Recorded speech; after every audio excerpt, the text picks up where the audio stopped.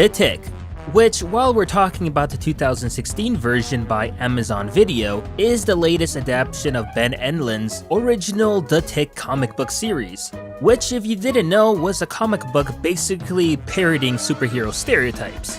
As a huge fan of the 90s cartoon show, I leapt at the idea of it possibly coming back. Sure, I would have preferred another cartoon version of it, as well the previous live-action version of it starring Patrick Warburton didn't exactly do well. It barely felt anything like the cartoon, and the humor was just very different. Let's just say that. Not to mention, there was actually very little crime fighting going on. If anything, it was more of a sitcom with superheroes than a superhero show with a lot of comedy involved.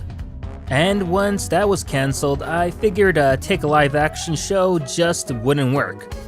But I decided to give Amazon Video's live-action The Tick series a try, and whoa, was I surprised. It was awkward, corny, weird, and absolutely what it should have been. Peter Serafinovich as The Tick is genius casting. The man sounds exactly as the cartoon Tick did and feels very much like him. Griffin Newman as Arthur was also a good casting choice. However, he's a little more lean than the cartoon Arthur was, which was a little chubby. Now granted, the pilot episodes were good, but I initially was not sold on it. Yeah, they were better than the previous Tick live action, don't get me wrong, but that isn't saying much. I thought to myself, could this show actually work for a real series with multiple seasons and such? Well, after 2 pilot episodes and an additional 4 episodes were released, and whoa, what a turnover.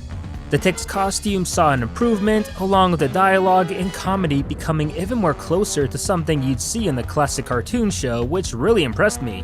At moments, it actually felt like I was watching the cartoon, which is a huge compliment for the show. All that was missing was the Fledermaus and American Maid, which, oh my god, if they were added to the show, I would freak. Now I know that would never happen because of, weird legal reasons, but still.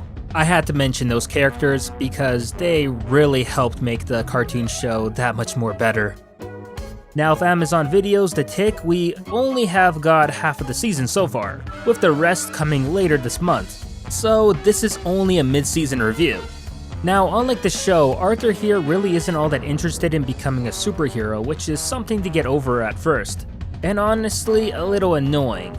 However, once he does mellow out a bit and his heroic crusade with the Tick does eventually happen, things really get going.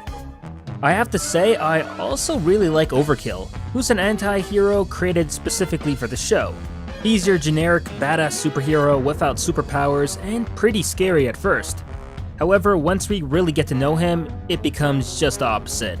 And although aesthetically, while he does look like Big Shot from the cartoon, if anything, I think he's the show's version of the Fledermaus, which I loved from the cartoon. And just like the Fledermaus, he's also pretty funny, especially when he gets chummy with Dangerboat, which is the artificial intelligence on his boat, which is his secret superhero lair. Yeah, it sounds outlandish, but it works, and hey, this is The Tick. The other characters like Dot, Miss Lint, Ramses are all fine and work. Although I would have appreciated seeing more random superheroes show up on the show, as that was one of the highlights from the cartoon. However, I do hope we start seeing more of that in the second half of the season. As for the main villain, the Terror, I liked what they did with him. He feels very much like the cartoon version, and his costume is also very close to that. And the whole first half of the season is pretty much a question of whether he's actually alive or dead. Which Arthur, who witnessed his dad killed by the Terror, believes he's alive, while everyone else thinks he's dead. So we're basically seeing Arthur just trying to convince everyone that the Terror is still lurking behind the scenes. Which, let me tell you, the show doesn't try to hide that at all. Yeah, the Terror is alive and is the main baddie of the season. Now, the Terror, for an old guy, he's pretty funny as well, but I just don't think they should have removed his mask, as it made it pretty obvious that it was a young actor playing an old man. But other than that, I'm just gonna need to see a little bit more of him before giving a final judgment. Overall, the first half of the season is fun, and if you can get past the first 2 episodes, which are a little rocky, then you'll be in for a treat. And hey, if you like it, maybe it'll make you want to check out the cartoon too, which if you do, you can thank me later. Now, with that all said, what did you think about the first half of Season 1?